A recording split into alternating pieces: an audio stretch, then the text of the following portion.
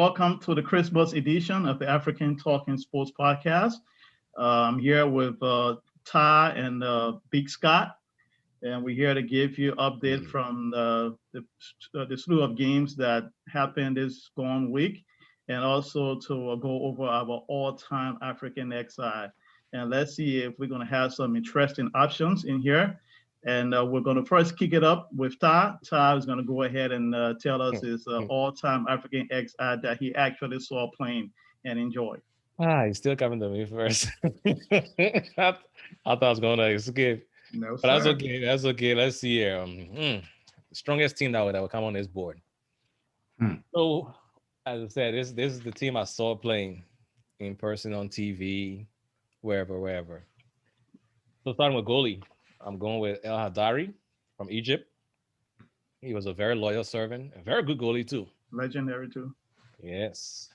Right back, I'm going with Rigobert Song because that's where he started playing. That's where I first saw him play in '94, before he moved to like central defense. And then left back, I tussle a little bit with my Chelsea boy, but I mean this guy played for Chelsea too a little bit, but I had to give it to Jeremy because he's a utility player, can play all across the defense. So Jeremy from Cameroon, I gave that to him. Central defense, I got Sami Kufo from Ghana and Stephen Keshi from Nigeria. Stephen Keshi was the man in that defense for a long time, even before Yuchio Kechuku and those guys came on board. Very good player. Rest his soul. Midfield, I got 3 midfield players. I got JJ Okocha, got Kalusha Bwalia from Zambia, and I also have Abedi Pele. Now my attacking 3, I put them in these positions, but they were interchanged as the game go on. You know, they will have that understanding. I got Eto on the left, I got George Weah on the right, and I got Didier Drogba down the middle. That's my attack. Now to round up the bench, I got Lucas Radebe on the bench. Trinko's gonna like this. That's his boy from Leeds. I got one of my all-time favorite players. As y'all can notice on this, you'll see that thing on this pod. I'm always like favoring and sympathizing with midfield players because that was my position. But Mustafa Haji, great player, very great player. Mm-hmm. I got Yaya on the bench, Yaya Toure. I got in attack, I got Hossam Hassan, I got Salah, and I got Mane. Both of them doing their thing at Liverpool right now. That rounds up my team. Right. My boy, the old boy couldn't make it in because I really didn't see him play. I saw him play when he was very old, but that's just me, Roger Miller. But that's my team. I know none of y'all gonna beat my team, so let me just sit back and relax and see y'all mess this up. All right, so that was Ty's team. Let's see what Big Scott got in store for us. Is it going to be controversial again, like the first time around? Or? Always controversial. You can put another Santi Cazorla type of player in here. So Big Scott, take it out. Let's see what you got. You know, when you are, it's how you see things that normal people don't see. That's you want us to start listening to your player? We're not even going to do that. Don't even bring that over here. But we get paid the big boys to look at real talent. From around 1985, 86 up to 1992, 93, the best goalkeeper in Liberia, Pee Wee Bestman. Oh boy. Stars my team. No hitting. No hitting. Don't tell me you're gonna have Boy Cooper or Louis Creighton on your bench. No, I never really saw either of those guys play. Boy Cooper, I wasn't in Liberia. I don't remember him. Louis Creighton was in Liberia. You said Pee Wee Bestman? Pee Wee Bestman, my goalie. My left back. Help my soul. Okay, sorry. Babayaro. Who? Celestine Babayaro. From Nigeria and the former Chelsea player. That's who I was tussling with Jeremy. Yeah, and on the left side of my midfield is Samuel Kofu from of my defense. He and Song. Alexor Uncle Roberto Song. Yeah, and then right back is Lauren, the Cameroonian international and former Arsenal player. I got 3 in the midfield: Michael Essien, Yaya Toure, and JJ Okocha. Simple. Essien will stay back. Yeah, Okocha dribble everybody, and Yaya is the box to box. Up top, very simple decision. That for me, the 3 best: Eto, Drogba on each side, and in the middle, the multi-talented, multifaceted politician, musician, and footballer. The greatest player. We're gonna let them ban our podcast in Liberia. We need our podcast to play in Liberia, But please. nothing I've said is wrong. It's everything all the titles I gave is true. Wow. Mane himself, Josh Mane, we are in the middle, will give us a bunch of goals. On the bench, I got Betty Pele from Ghana. I got Sunday Elise. I got Roger Miller. I got Jeremy, and I got a very underrated player that maybe a lot of people didn't hear about, Ahmed Hussan. He played from the mid 90s. Ahmed Hassan, actually, number 6 for Egypt. He played from the mid 90s to the mid 2000s. Very talented number 6 player. Local or international? As far as I know, he played locally, but he was always on the national team. Always. All those African Nations Cups they won, I think they won like 3 in the early 2000s. He was on every one of those teams. Egypt teams are usually like mostly local based, though. Yeah. I think he never went international. He always played local. But I saw him play live a couple of times, and I saw him in those things, and his football brain was really good for me. So there you go. All right, that's good. That's good. All the African 11. If it my team still beating him. If it isn't controversial, it's not B. Scott. I won't be surprised that he's starting for Arsenal right now with everything that's going on. Bro, but leave it. We all worry 11, yo. What's up with Arsenal sneaking in? Man, it has to, man. It's in the blood, so it has to sneak in somewhere. Oh, but anyway, so there go mine. Let's see what Al Banter have. I think I have a lot of the players some of you guys have, but I will start from the top. I have George Weah sitting in the middle, strong, for the powerful movement up front. I have Drogba and Eto'o alongside him, so that's a 3 on top. I got Yaya Toure, that is. I got Sadio Mane, Marco Essien, Okocha, the 3 in the midfield. That's a big midfield. That's 4. I mean, the 4 in the midfield, yeah. And I go with 3-4-3. Yep. So I need a lot of people in that midfield. Yeah. So I have those 4 guys sitting there, and then I have for the a 3 in the back. I have Lauren from Arsenal. I have Roberto Song, and Samuel Kufuor. So that's my 3 defenders. And in goal, I have the legendary SM El Hadari of Egypt. So who's gonna play wing back? Your 4 midfield. Everybody on that team must be talented. So you're gonna be Leeds United and just be attacking. Oh, that's all we do. We don't care. It's gonna be Okocha gonna be defending on the side on one end. We're gonna have Essien. We're gonna have Essien in front of the defender, moving up. Kind of trying to clear everything that comes in there. Okay. Yeah, Okocha and Mane will run. Okocha and Mane will kind of be operating on the side, so both of those guys can play on the wings.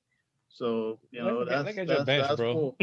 So let's get to the bench. I got Abedi Pele and Kanu on the bench for my striker replacement. Full care attacking here. Jeremy, I have Jeremy on the bench because he's multi-talented. I can use him. Very good player. I can use him anywhere across the defense. I got Salah on the bench, which I kind of really struggle putting him on there, to be honest. But I know you can be dissing Salah, so yeah, I'm surprised he's even on your team. Because I was trying to balance the team, and I just, for the sake of it, I couldn't find anybody that I thought would, replace him, on there. But I have Victor Yema as a backup goalkeeper. I couldn't find another better goalkeeper. That's almost like people. I best man. I couldn't pick people best man, but Victor. That's better than him. It's okay. People better than that man. That man. But I have another player on the bench. What's his name?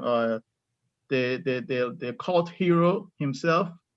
Emmanuel Eboué, oh my God! For simply putting Zizou in his pocket during our Champions League run when we made it to the final. So Eboué, he has that honorable mention spot on my team for one game. Yeah. So it doesn't matter. One game. That's why it's honorable mention. It's a legendary status in my mind, and so I have him there. He's a cult hero. So I have to put him as a The man is looking for all-time 11. he's looking for a clown to keep the dressing room entertained. I think that's what he's doing. I think he's trying to get like a war going on in the comments talking about Emmanuel Bowie. Okay, so that's it, folks. That's the all-time 11 from My team is the winner, from man. Africa. Nah, I don't think so, man. Hey, the people will tell you. You will see the comments. They'll tell you. Okay, my team we'll is the see. winner. We'll see who the people think Just is how the- World is gonna be XI, the winner. I took it. Who told you took that one? I don't know where he's getting his information from. Where you getting your stickers from? Man, just come there. He I'm just gonna come say there the every comments, podcast. bro. The man just come. The man come. You know, every podcast he got something to say from the street, from the streets. that we don't never see. From the street. But- I got words from the streets. Hey, the streets still talking, man. The streets. oh my goodness. The streets are talking. I'm telling you, y'all gotta pay attention to the comments on IG, on YouTube. You gotta pay attention to the comments. I be reading the comments. I know about y'all. Apparently, you don't share those comments with us, though. But it's told all you good. before. I screenshotted it, but I don't want to take out the applauded. So okay, I'll stand down. So, folks, that will do it for the first half of the Christmas edition of the African Talking Sports Podcast. We will stop here and we'll be right back with the second edition where we'll go over the scores from the last slew of games in the EPL and also do the prediction for the weekend games. Thank you.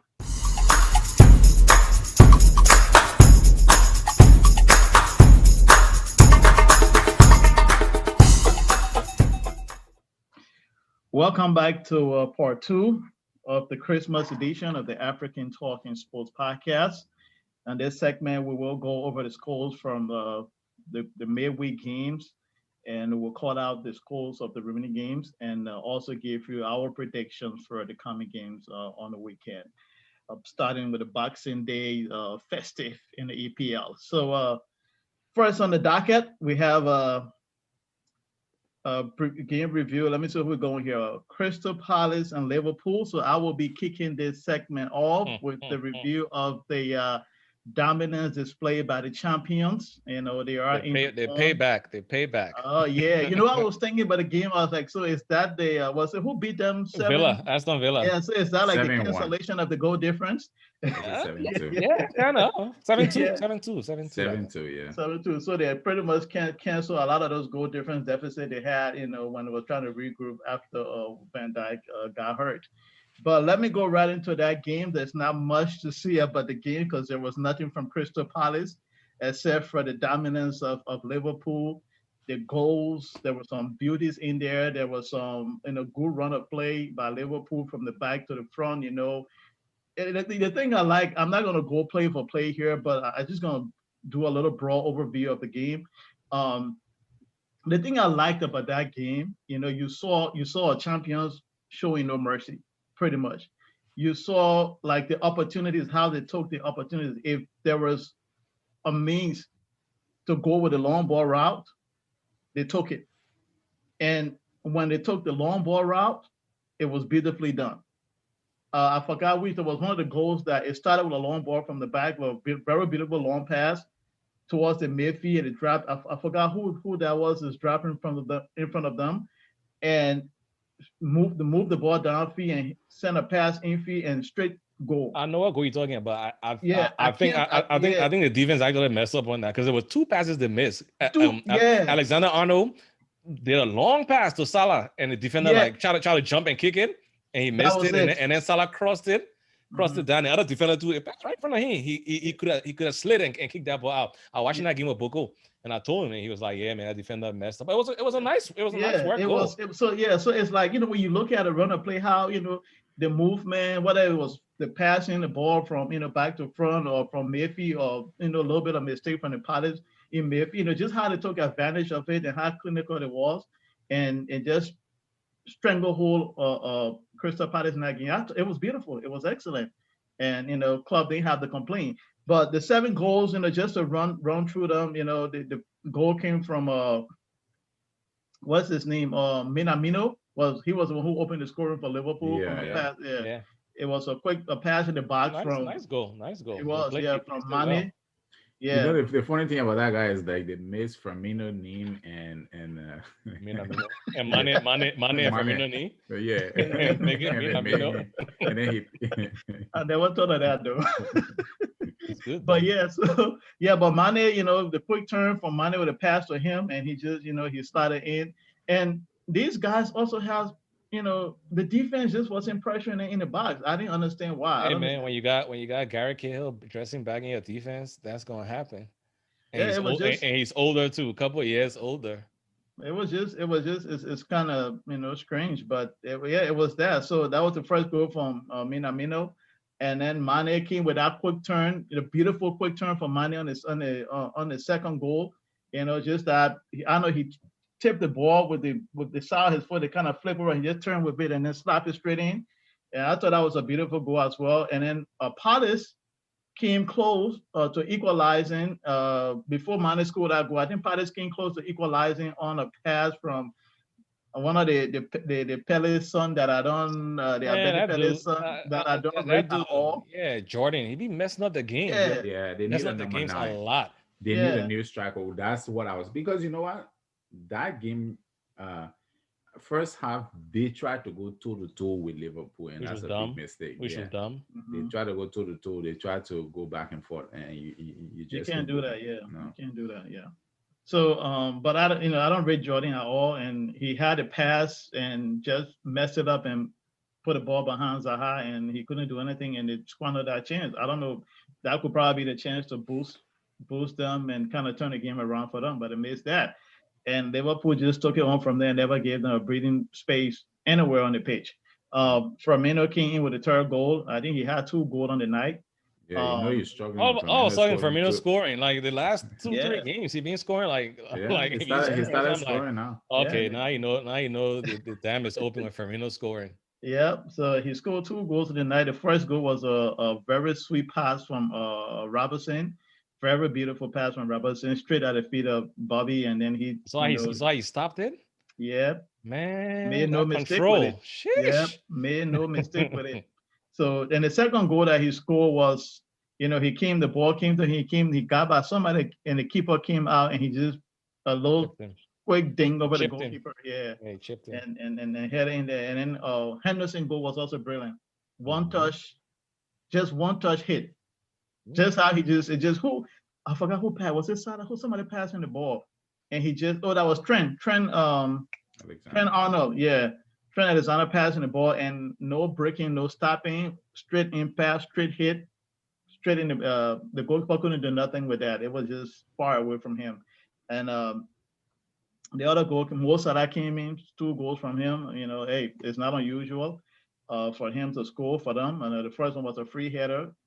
How Yeah. can you leave Mo Salah standing in the middle of your penalty box, unmarked? I think at that point, Palace just gave up. They just gave up at that point. They're just like, let's just get us out of here. Yeah, Let's go but I home. mean, damn, have some dignity, man. Come on. Well, It once the game happens. was It happens, 4 man. It happens. Once it's 4-0, I turned it off. I started watching something. Yeah, because you, Mr. Big Scout, said they were I said going it's to gonna be tie 2-2. Liverpool. Yeah, he said they're going to tie Liverpool because Liverpool So- going to be tired and Palace are going to bring Yeah, something. I expected Liverpool to You make see a how lot of you see how the Megan do his scouting, right? He didn't watch a full game of the player playing though. He got mad because he liked Palace.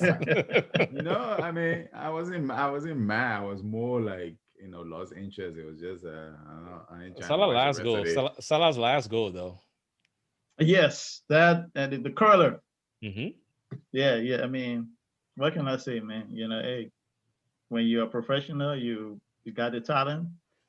But it was a beautiful curler from him, and to round the score off for the night. That was the last goal. Beautiful. I mean, all the goals was beautiful in that match. So, hey, they play like a champion. Liverpool, kudos to them. They on form. They're not missing. What's his name, Van Dijk. They're still balling. So, hey, Yeah. let's see if who's going to catch them. Let's see if as we go on, we'll see if Everton's going to keep the front foot on Everton. Nobody on worry about Everton anymore. on the title challenge. But so after that, we're going to go into the next match, which is going to be Southampton versus Man City. Big Scott, let's see what you got for us. No, I don't have Southampton versus Man City. I got Spurs versus Leicester. I thought that was Spurs. You got your Leicester stuff was not. wrong. Maybe No. I got my stuff wrong. I got Southampton. I got Southampton, Man City. Oh, game. really? Oh yeah. Yeah. Okay, Yeah. well, I thought We'll get you one deal to host, and you start mistyping to all over the place. I got Wait. I got it. Oh, you got. Okay, go ahead. Southampton, My Man mistake. City. I All right, go ahead, expected Ty. I expected a better game from Southampton, but for lack of a better word, Southampton got ran over the whole game. The score line flattered them actually. Should have been up a 5-0. I can always say that on when you watch the game. Should have been up a 5-0. Their goalie, McCarthy, he saved them. He made some key saves. He saved them a lot. The first goal, what's the guy's name? Bernard had the ball. Bernard, what's his name? His name Bernardo Bernardo. The little tiny Bernardo Bernardo. Silva. Bernardo Silva. Yeah. Bernardo Silva. Bernardo Silva had the ball. Feeling like he was going inside. Defender followed him. He just played it to the sideline for Kevin De Bruyne. Kevin De Bruyne don't miss people on passes, man. I don't know how his passes be so accurate.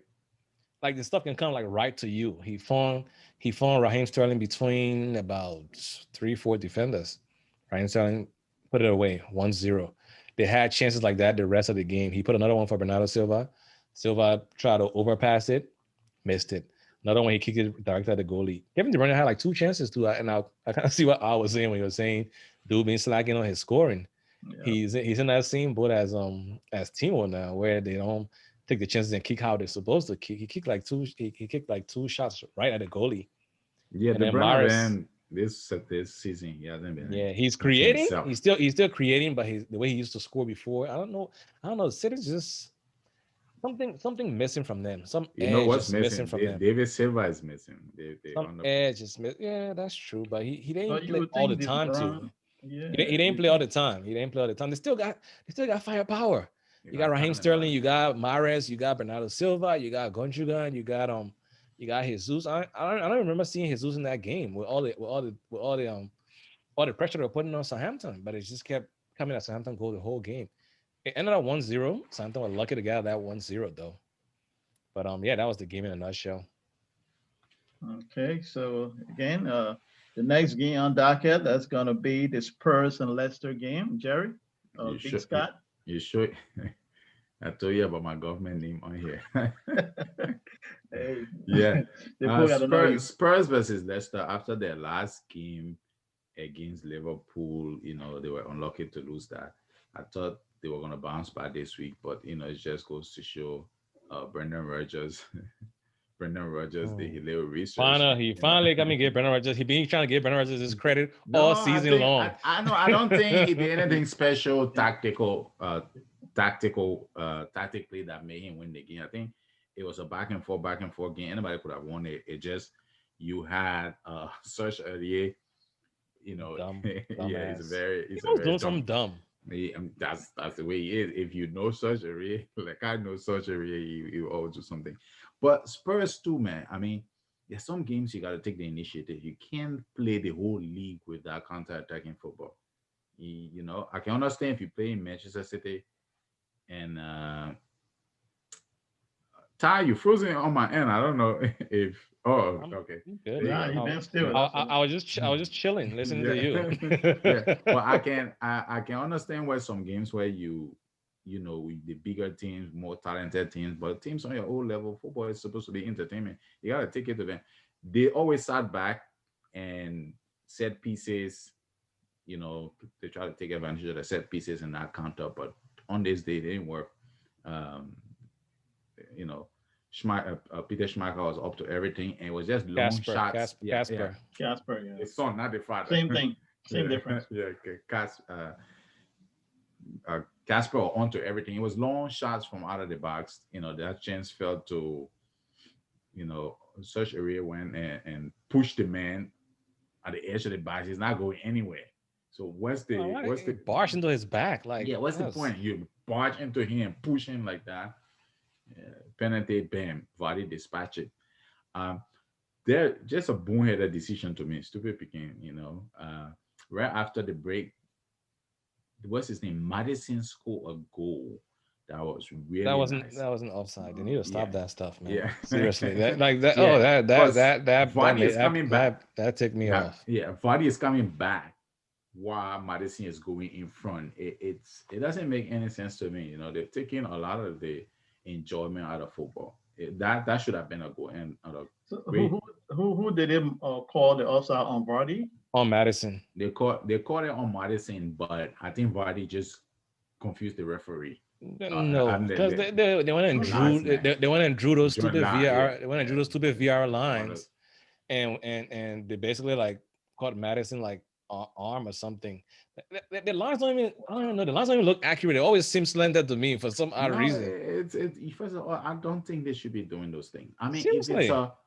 if it's a obvious thing and it's an obvious offside, then yeah. But I don't think we need to be drawing lines. I don't know. Like, and they're not doing it in any other country. Only in England, I see that. Over reffing the game in England. Always over reffing the game. It's not in Champions League. It's not in France. It's not. I don't see anywhere. Why they doing it in England? Horrible. Anyway, that's FA for you. Yeah, they took that goal away, but it wasn't long after in the 59-minute Vardy, there was a cross. Vardy butted in. He butted and it bounced off Alderweireld. And 2-0 from there. If you're going to play counter-attacking football all the game and you go down 2-0, you can't switch your game all of a sudden now to say that your team is going to take the impetus and you're going to be an attacking team, because the team is not set up to play that way.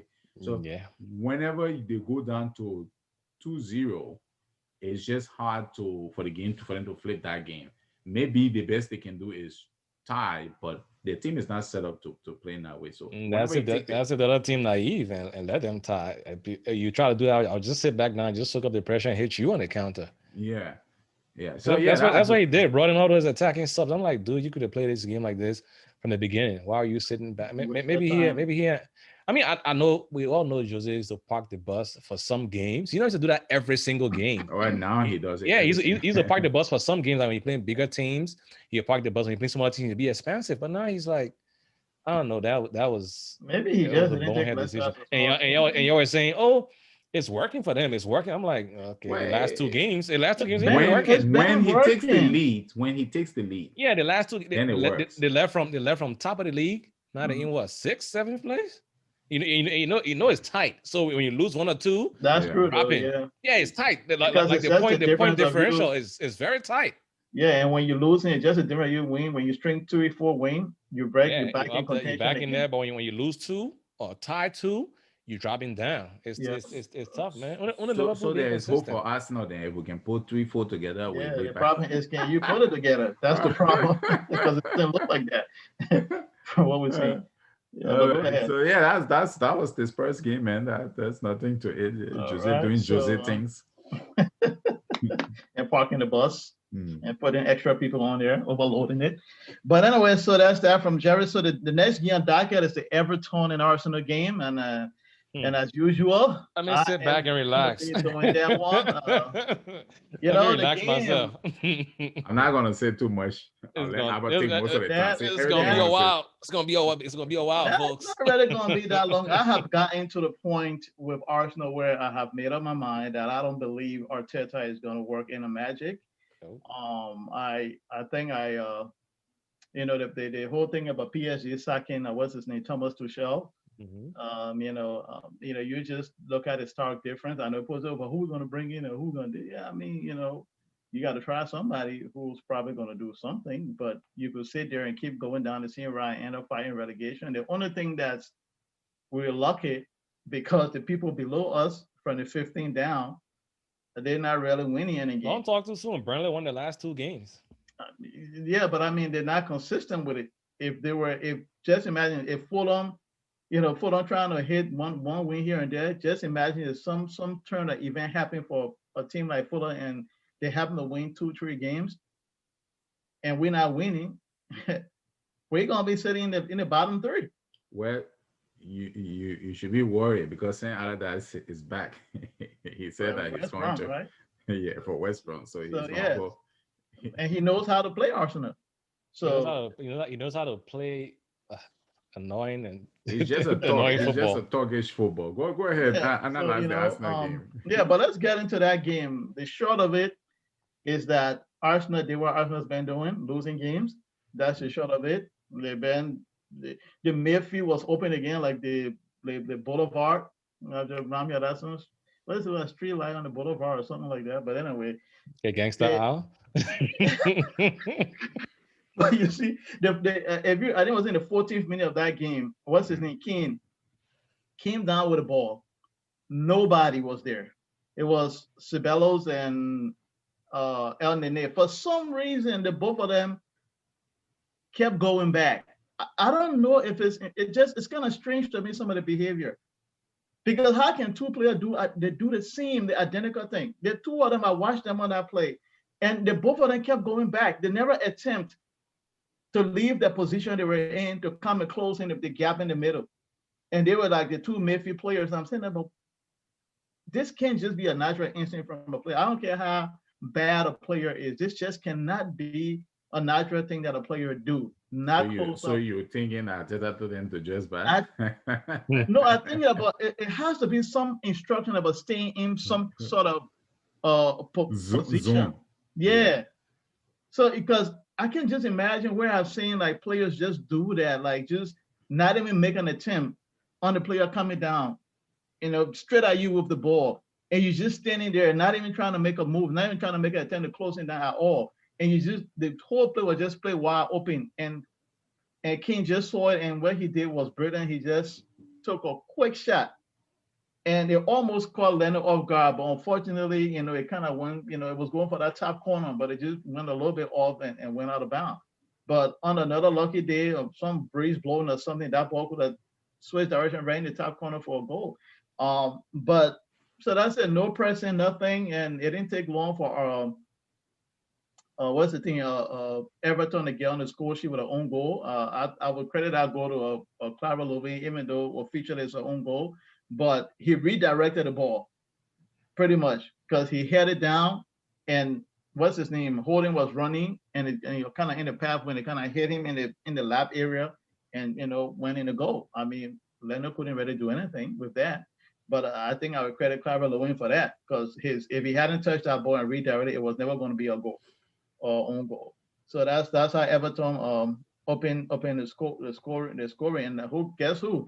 The ball we saw, Iwobi. He was the one who put the pass in for that goal. For some reason, I don't know if Ancelotti felt that Iwobi was going to prove something on the night. No, but Iwobi's been playing really good. Yeah, but he started.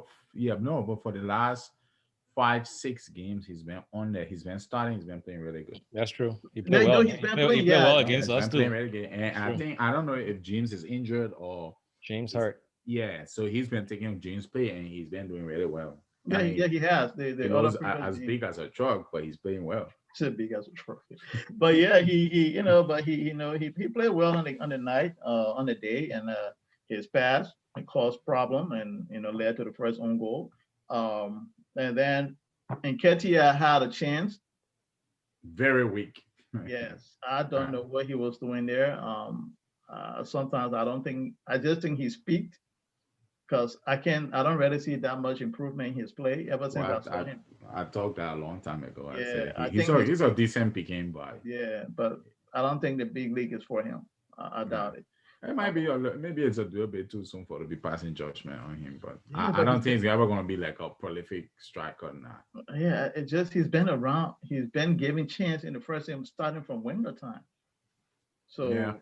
I don't know, but anyway, he had a big chance to prove something for himself, and he just never did. His shot was so weak. I don't know. He was indecisive. I saw the same thing in the last. How long is your Arsenal review gonna take? It's gonna take every minute that we left in the first half. That's why. Anyway, that's why I said let's settle. Yeah. So yeah, and it was almost like the same thing he did during the what's that preseason tour to go around in the US and Asia, and when he was at the Bank of America, I saw him playing. He did the same thing against Madrid. It's like I don't know, some fear in him or some indecisiveness, but the shot was weak, and he missed that opportunity, and we paid for it. When Everton came with a corner, and Yaya Mina scored from the header in the corner, and Pepe, I don't know what in the world Pepe was doing on that because that was the first. Yeah, that's a mismatch. That sounds like you expect Pepe to mark Yaramina. I know he's big, but where Pepe was, when a guy is bigger than you, at least try to be in front of him. Nah, he can't do anything. Yeah, but I mean, you will slow him down from getting to the ball early. It's just about you can't. And it might be a foul.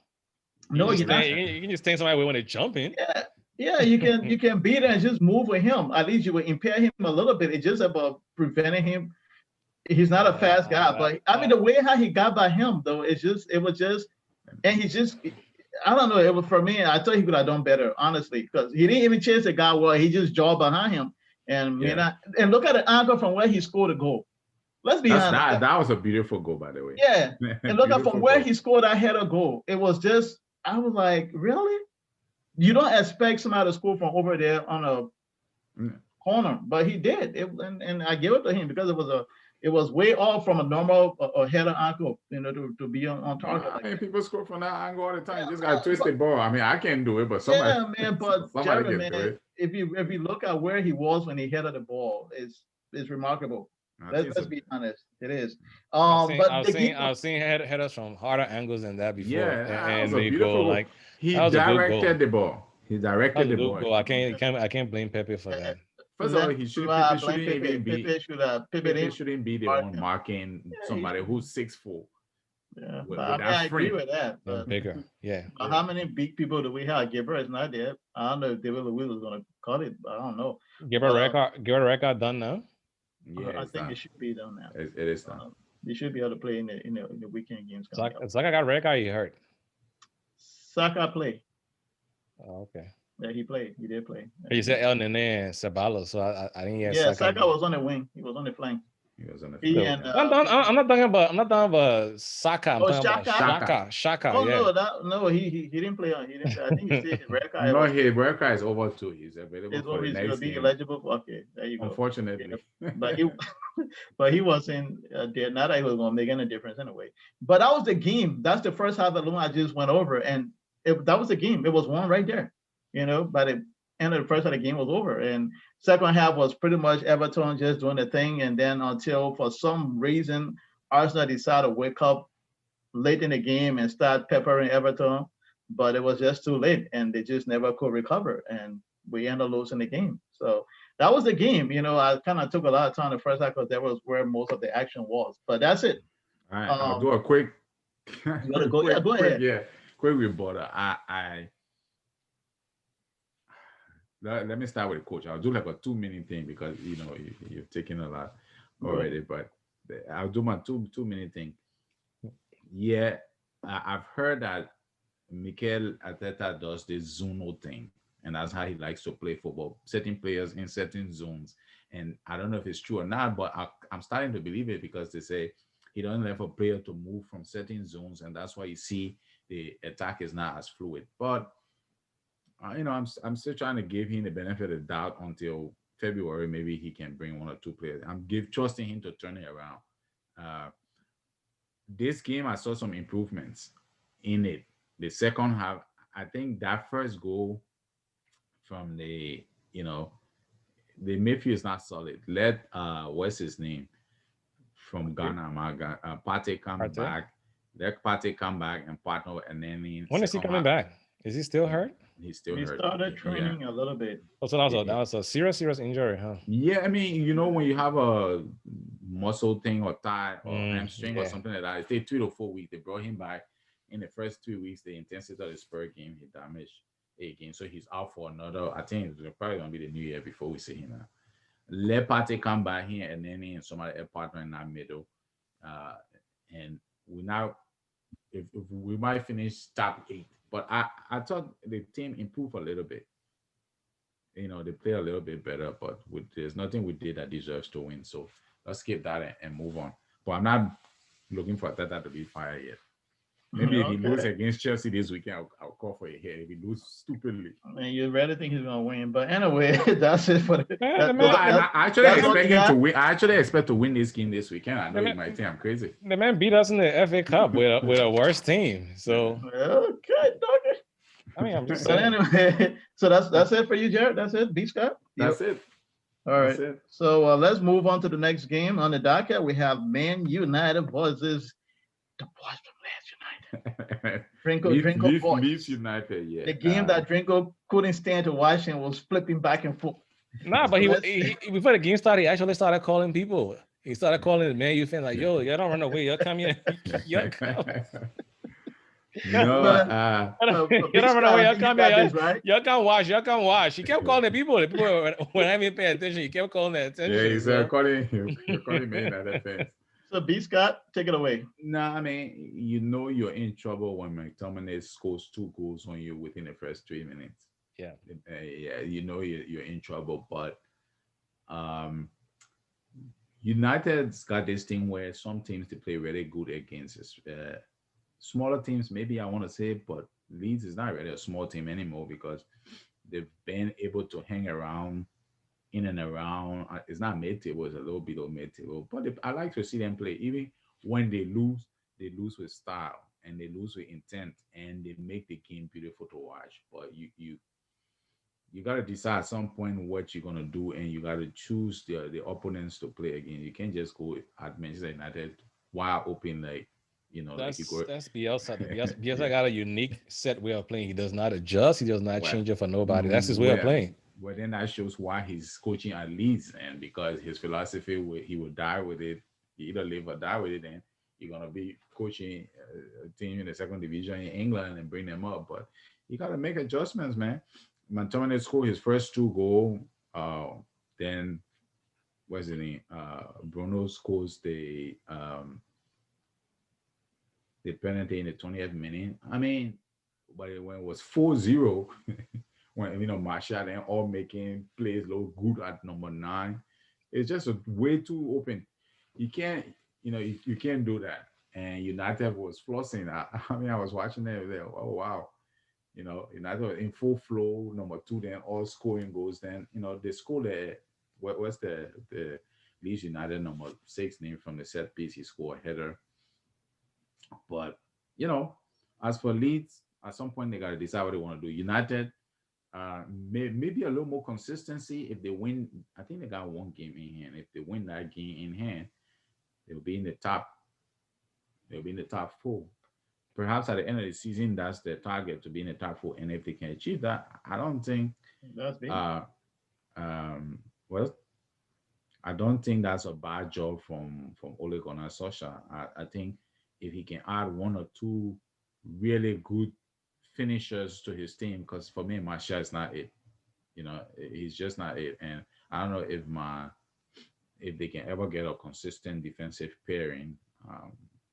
But yeah, that's their game, man. There's nothing much to say. United, Man U's tailor made to play Leeds though, because the way Manchester United plays, they are super lightning in a counter. Leeds always leaving like ton of spaces when they attack. So Man U was like, and I was saying that if Man U can only defend this game, it will be a long day. But I expect Leeds to do something better, just based on Man U defensive record. But hey, wasn't the day they blasted them off the field. Yeah. All right. So on that note, we'll just keep it with Ty there to take off with what happened between Chelsea and West Ham. Chelsea, West Ham, yeah. So the payback tour is back on track. After two horrible defeats, man. I mean, Everton, Goodison Park, that's like one of the toss-up where I wasn't as mad, because I was like, hey, we didn't offer nothing. They just sat back. The Wolves game actually pissed me off, because it was like, how you score first? Okay, let them score 1. At least hold on for the point. You were so naive throwing everybody behind the ball, and they came and scored, but that's last week. Let's get to this game. Before this game started, I was a little concerned because of how Moyes got West Ham playing, and West Ham beat us the last 3 times we played them. Always give us a tough time, and we're missing Reece James to an injury. We're missing Hakim Ziyech. Hudson-Odoi made the bench, but he was still kind of coming back from his hamstring. I guess Lampard being super careful with that.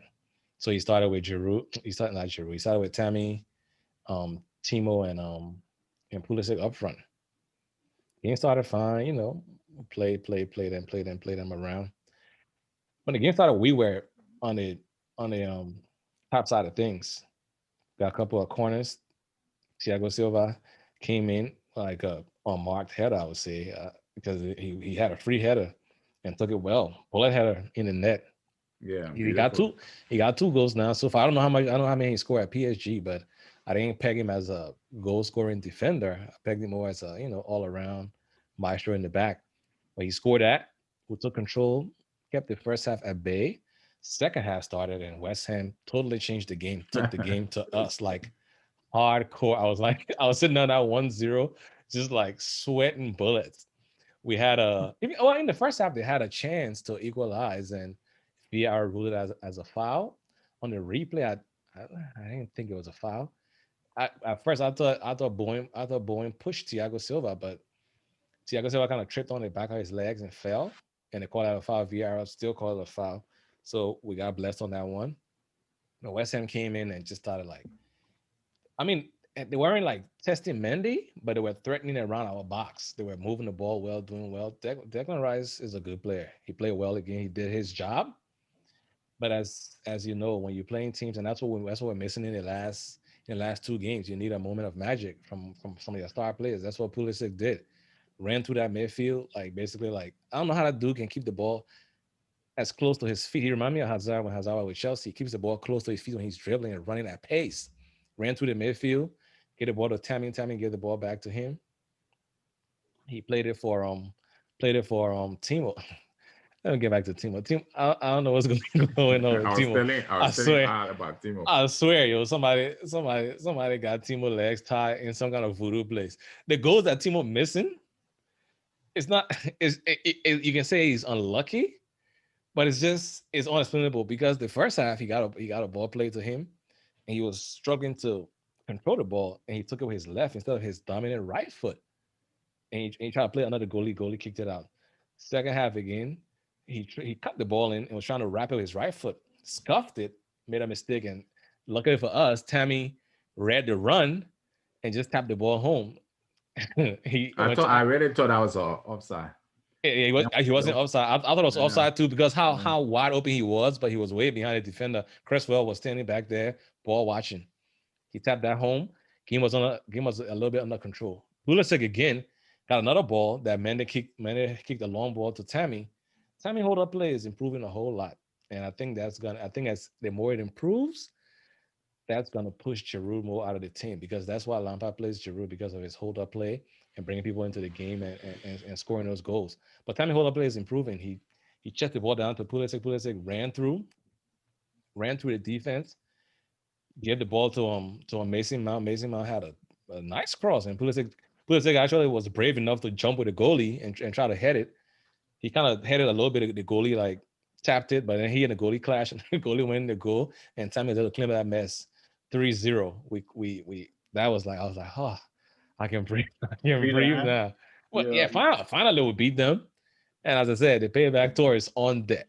So it's back on track. Let's see if it continues into this weekend. We are missing like a bunch of dudes. Chilwell got hurt in that game. He's gonna be out. I hope it continue this weekend. He's gonna be out for Chilwell's gonna be out until the New Year's. Reese is hurt. He's gonna be out till the New Year's too, most likely. I think he's gonna come back maybe the City game or not Aston Villa. It's gonna be too early. Ziyech, I thought Ziyech was gonna come back for the Arsenal game. I was more happy with that, but he's not gonna play because Lampard won't be careful with his hamstring, which is fine with me. Don't do a party. Yeah, you got attacking options. Just whatever he does. I know we know Arsenal midfield struggling, but do not put Jorginho in that midfield against Arsenal. I hope so. That would lose us. That would lose us the game. I'm telling you. Play Kovacic, Kante, and Mason Mount. You have a better control of that midfield. Once you control Arsenal midfield, that's curtains. But you let out that midfield show up, and then you got Saka and my boy, my favorite dude, Maitland-Niles running that channel. You will struggle. So you got to control that midfield. Arteta not playing Maitland-Niles on where he's strongest for some reason. He played him. He played him in the FA Cup, and he did well against us. In the middle, and he was good. He did well against us. He's either good in the middle or on the left. But that Chelsea game, I got two things. My number one is Emerson Hay. That's good. For somebody who can play a lot, he be doing a whole lot with his hair. Your man hairstyle is bright. You got money and nothing to do, man. I like his baby blonde. And Timo, I don't know. I just think sometimes he doesn't kick the ball with force. So and I think he he doesn't pressing. connect. He doesn't I think connect. he pressing. Yeah. Yeah, he rushing. Yeah, he rushing his play.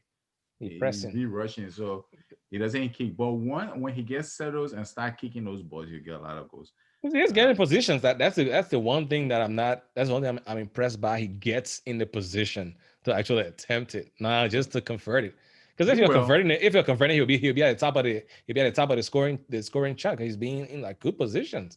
This is first season, so the good thing is he's getting in those positions. Hopefully, this weekend he can be as bad. Eh? Yeah, worse. But all right, so there you have it for the reviews of the games from this weekend through the last weekend. So we will now be. I will now go over the rest of the scores of the other games that we did not go over. So we have Newcastle and Fulham. It was a 1-1 draw between the both of them. We have Brighton and Sheffield also sharing the spoils with a 1-1 draw. We have Aston Villa at West Brom. Villa still in fine form there with a 3-0 victory over West Brom. That was Big Sam first first game back, and it wasn't good for him. We have Burnley and Wolves. Burnley, they're taking the little surprise over Wolves with a 2-1 victory. And so that round up the rest of the EPL scores. We'll now get into the prediction of the Boxing Day festive. So let's see what each of us got. And let's see if we're going to be correct on the dot on this one. So we're starting off with Leicester and Man United. Big Scott, what you got? Ooh, that's a typical one. Leicester at home. I'm going to go 1-1. 1-1. There you go, Ty. Well, I want Leicester to win just for the table's sake, but I'll go 2-1 to Man U. Yeah, so Man United seems to be putting a fine run of games. I think this is going to be a tough one. I'm going to go with a 2-2 draw. Next one on docket is Aston Villa and Crystal Palace. What you got, Big Scott? Oh, another draw. No, you know what? Villa will beat them. Crystal Palace pissing me off a little bit. All right, Ty, what you got? Do you like Crystal Palace because of Zaha? Yeah, I like Crystal Palace because Zaha, and I like their coach, that Pape. You know that he should be retired 10 years ago. But well, apparently, I just feel sorry for him. I see. Yeah. Villa, Crystal Palace. Give me Villa 1-0. Okay, and I will go with a victory for Villa. I'm going to go with a 2-0 victory for Aston Villa. Next game is Fulham and Southampton. Ty? Southampton 2-1. Fulham will score. Okay, so 2-1 to Southampton, right? Okay, Big Scott? Yeah, I think I'll go the same score on 2-1 to Southampton. Yeah, so I'm going to go with 2-0 victory for Southampton. I think they're going to do the thing over Fulham. And then I'm going to skip this one. Man City and Newcastle United. Big Scott, what you got? 3-0, Manchester City. Ty? 3-0, same score. All right. And City, yeah. City, okay. And we're going to be confused as to who you're playing. You never know. You never know, man. You never know. Well, he has to be, you have to call the name for the fans out there. But I'm going to go with the same score line from Man City as well. Sheffield United and Everton. Ty, what you got for us? Everton 2-0. Big Scott? 1-0 Everton. I'm going to go with 2-0 victory as well for Everton. I don't see Sheffield doing the thing. Leeds United versus Burnley. Ty? Leeds will win this game 1-0. All right, Big Scott? I know this is going to be impossible, but 0-0. Wow. Okay. I'm going with Burnley defending better now. I'm going with a 2-0 victory for Leeds United. West Ham and Brighton. Who are you asking? Big Scott. 2-1 to West Ham. Give me West Ham 2-0. Okay, I will go with a 2-1 to West Ham. Liverpool and West Brom. The obvious. Todd, take it off. They're playing Big Sam now, so defending might be a little different. You're going long ball Liverpool to death. So give me Liverpool 2-0. Nice little tight 2-0 win. Big Scott? Give me 4. For what? 4-0. 4-0? Right. Yeah, I'm going to go with a 3-0 victory for Liverpool on this one. It could get worse, though. But next one is called Wolves and Spurs. Ty? Well, I've